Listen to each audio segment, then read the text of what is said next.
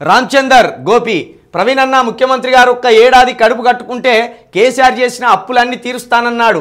మరి మంత్రులు ఎమ్మెల్యేలు ముఖ్యమంత్రి కడుపు ఎందుకు కట్టుకుంటలేరు? జర ఒక్కసారి అడుగు. కడుపు కట్టుకోమనాలి మనల్ని తమ్ముడు, ఆయన కట్టుకుంటానలే. మనం అన్ని అపార్థాలు చేసుకున్నాం ఆయనను. కడుపు మీరు కట్టుకోర్రి, మా కడుపులు నింపుకుంటామన్నారు రేవంత్ రెడ్డి గారు. ఆయన ఎందుకు కడుపు కట్టుకుంటాడు? మనకు 10 మందికి ఉండవలసిన కడుపు ఆయనకు ఒక్కనికే ఉన్నది. కాబట్టి అది ఏమంటారు, మన గావు వెనకట గావులు ఉండే కదా, గావు లాంటిది ఆయన కడుపు. ఎంత పోసినా నిండేది ఆ గావు. ఇక ఇట్లా తొంగి చూద్దామంటే ఇంకింత వెళ్తే ఉన్నది కాదురా అన్నట్టు ఉంటుంది. కాబట్టి పెద్ద గావు వాళ్ళది, కాంగ్రెస్ వాళ్ళది కడుపు. మనం కడుపు కట్టుకోవాలి, వాళ్ళ కడుపులు నిండాలి. ఏదో మనం ఆకలితోటో ఉప్పిడితోటో సప్పిడితోటో తిని అయ్యా ఏమన్నా దోసుకునేది ఉంటే దోసుకపోర్రి నాయన, ఇంట్లో కూడా అన్ని కాలి కుండలు అయిపోయినాయి, ఎత్తుకపోతే ఎత్తుకపోర్రి మీ దయానాలి.